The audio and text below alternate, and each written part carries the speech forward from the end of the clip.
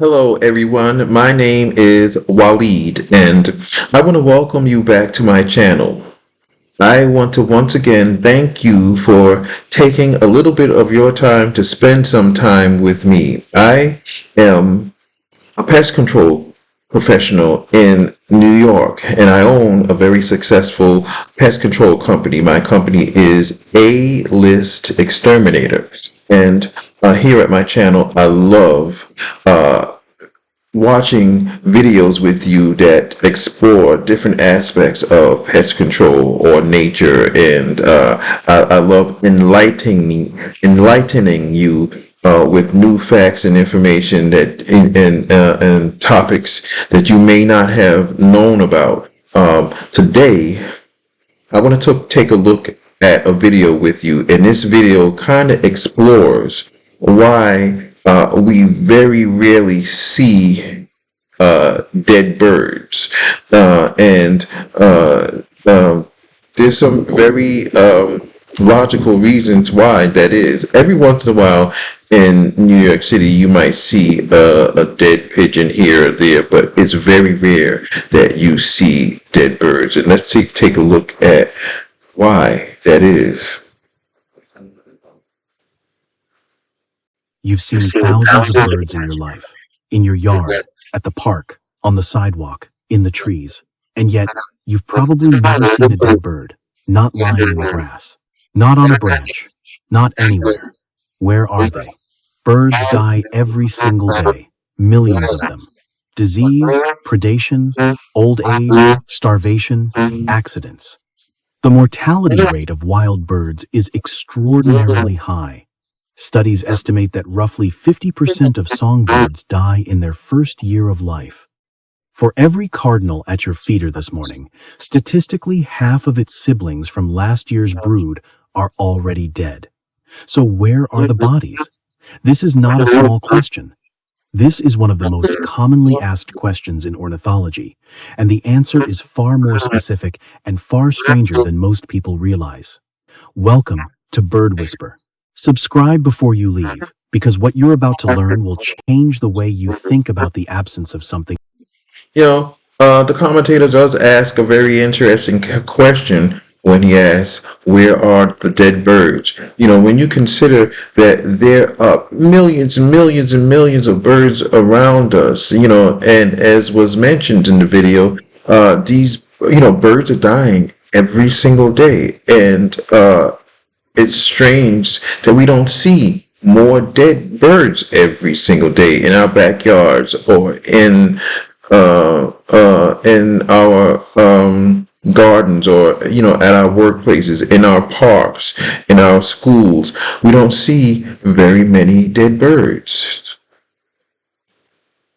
You've been noticing your entire life without knowing you were noticing it. Today, we're going into why you almost never see dead birds, what actually happens in the final hours and minutes of a bird's life, and where the bodies go.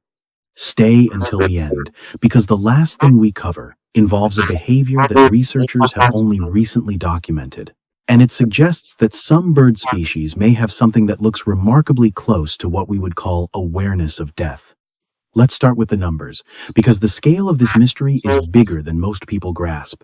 North America is home to roughly 7.5 billion land birds at any given time, according to a 2019 study published in the journal Science.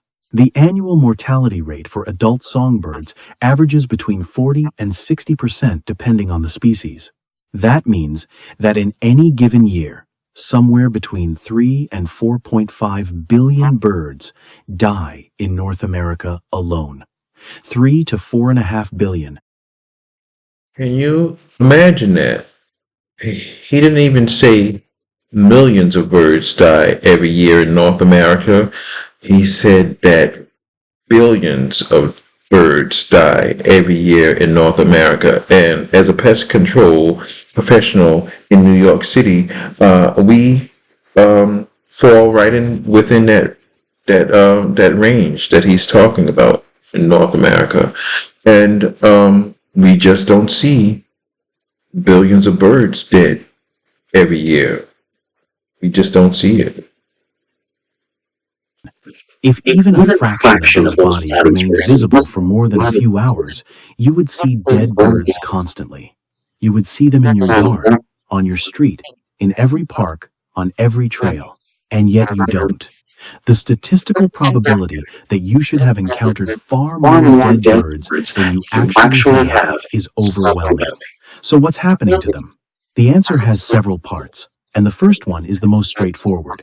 Birds don't die where you're looking. When a bird is sick, injured, or entering the final stages of life due to age or disease, its behavior changes in very specific ways. Research on avian behavior during terminal illness, documented in studies on everything from West Nile virus to avian influenza, shows that sick birds become lethargic, disoriented, and most importantly, they seek cover. A healthy bird operates in open or semi-open spaces where it can see predators coming and escape quickly. A bird that knows, in whatever way birds know things, that it is compromised, that it cannot fly well or react quickly, retreats to the densest cover it can find. Thick underbrush, the interior of a shrub, dense ground vegetation. Well, that makes a lot of sense that a sick bird that knows that it can't fly or escape, a sick bird that knows that it's compromised in some way, would start behaving differently and start hiding and concealing itself for safety and comfort. So I guess this is one of the major factors in that helps us understand why we don't see a lot of dead birds around. Tall grass, the base of a hedgerow, places where a predator is less likely to spot it, and places where, if it dies, the body will be concealed from view. This behavior is not a conscious strategy in the way humans plan. It is instinctive threat response. A bird that cannot escape a predator effectively hides instead. And the place it hides to avoid predators in its final hours is the same place that conceals its body after death. This is why you rarely see dead birds in the open. They are not dying in the open. They are dying in the places you don't look, the places you can't see into, the undergrowth and dense vegetation that you walk past every day without a second glance. If you were to push aside the branches at the base of every overgrown shrub in your neighborhood, you would find more dead birds. But you don't do that. No one does. And so the bodies remain hidden, not because they've been removed, but because they were never visible to begin with. But concealment alone doesn't explain the full absence. Because even in places where birds do die in the open, on lawns or driveways or sidewalks, the bodies disappear quickly. Research on scavenger efficiency, particularly studies done on urban and suburban bird mortality, shows that the average time a small bird carcass remains visible in an area with active scavenger populations is between 30 minutes and 4 hours. 30 minutes to 4 hours. If the bird dies overnight, which many sick birds do because nighttime is when their compromised metabolism can no longer sustain body temperature, the body is often gone by the time you wake up. The scavengers that remove bird carcasses are not what most people picture. You're not looking for vultures circling or coyotes dragging away a cardinal. You're looking at much smaller, far more common scavengers. Ants, beetles, flies, and other insects begin working on a bird carcass within minutes of death in warm weather. Well, this also makes a lot of sense. I have seen with my own eyes that ants, for example, when something does die, ants are never too far away and quite often discover dead bodies, and an ant colony will pick apart a dead carcass in no time and dismantle it and take it apart and take it back to its to their colonies for feeding. And as was mentioned, there are many other animals that are doing the same thing. So that makes sense that the scavengers would take care of a dead bird's body. A single carcass can be stripped of soft tissue by insect activity within hours under the right conditions. But the faster, more complete removal happens because of vertebrate scavengers that most people don't think of as scavengers at all. Domestic cats are one of the most efficient removers of bird carcasses in suburban and urban areas. A study published in the journal Nature Communications estimated that free-ranging domestic cats in the United States. That does make a lot of sense. And I would also imagine that um, the cats are not just scavengers waiting for a dead bird to die, but I'm sure that a cat is very capable or very probably very willing to kill a bird that they see is compromised. If I'm sure that there are predators that may notice, we would notice, but I'm sure that a cat or even a raccoon or an opossum would notice a sick bird that doesn't have the ability to fly, or or to escape very quickly. A cat, a raccoon, and a possum would recognize the vulnerability and probably would kill that bird before it even dies and eat it. But I'm sure there are many cases where the bird would die before anything, and cats and raccoons and possums and other predators would then become scavengers. Kill between 1.3 and 4 billion birds annually. But cats don't just kill live birds. They also scavenge. A dead or dying bird on the ground is an easy meal, and cats patrol territories regularly, often at night when you're not watching. A cat encountering a dead bird on a lawn at 3 a.m. will remove it. You wake up. The bird is gone. You never knew it was there. Raccoons, opossums, skunks, and foxes, all of which are common in suburban areas and increasingly common in urban areas, are opportunistic scavengers. They don't need the bird to be fresh. They will take a carcass in any stage of decay. Crows and ravens, which are highly intelligent and constantly scanning their territories for food. In New York City, most of these animals are present and would play a role in removing dead birds. The only one that isn't as common in the New York City area is the fox. Every other predator that was mentioned is pretty common, whether you're talking about the crows or opossums or raccoons or cats. I would even also add to that list rats. Rats can be predatory as well, and they will consume flesh and meat. So even for rats, a dead bird can be a very welcoming meal.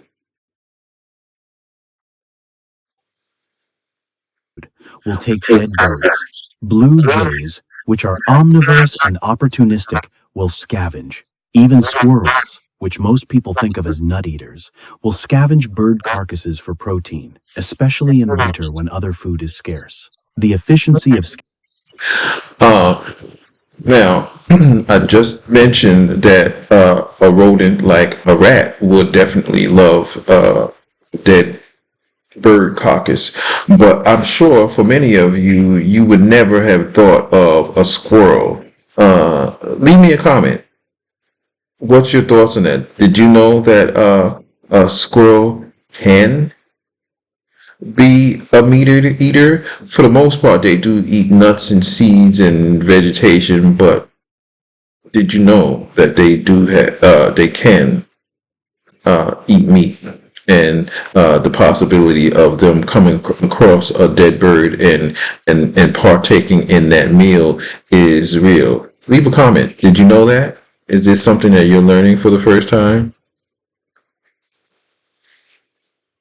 scavenger networks and removing small carcasses is so high that researchers studying bird mortality often have to check locations multiple times per day to document deaths before the evidence is removed. But there's a third part of this that's less intuitive and more unsettling. Some birds don't leave bodies because they are consumed before they die. Predation is one of the leading causes of death in wild birds, and predation, by definition, does not leave a visible carcass in the place where you would see it. A sharp-shinned hawk takes a chickadee mid-flight. There's no body on the ground. The hawk carries it to a perch, consumes it, and drops indigestible parts, bones, feathers, in a location far from where you walk. A Cooper's hawk takes a mourning dove at your feeder. You see an explosion of feathers. By the time you go outside to look, the hawk is gone, and so is the dove. What's left are a few feathers scattered on the lawn, and within an hour, those feathers blow away or get picked up by other birds for nesting material. The evidence of death disappears almost as fast as the death itself happened. Owls are even more efficient. A great horned owl or a screech owl hunting at night takes a sleeping bird from a roosting site. The kill happens in darkness. The owl consumes the bird whole or in large pieces and regurgitates a pellet containing the indigestible parts hours later, often miles away from the kill site. You never see the bird.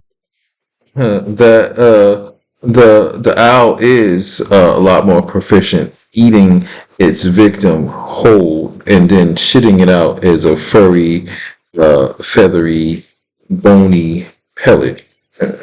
That's quite graphic, that description. Bird. You never see the predation of it. The only evidence that it happened is a pellet on the ground under a distant tree. And unless you know what you're looking at, you walk past it without noticing. Mammalian predators, cats, foxes, weasels, do the same. They take the bird, they consume it elsewhere. The site of death is cleaned by the predator's behavior. No body remains. So when you combine these factors, concealment by the dying bird, rapid scavenging of any exposed carcass, and consumption via predation that leaves no remains in visible locations, the statistical probability that you will encounter a dead bird drops dramatically. You would need to be in the right place, a place where a bird died in the open, at the right time, the narrow window between death and scavenger removal, and in a location you actually look at closely, not underbrush or dense cover, to see a dead bird. That combination of factors is rare, which is why your perception that you never see dead birds is accurate. You don't. Not because they aren't dying, but because every ecological process that follows death is optimized to remove the evidence quickly.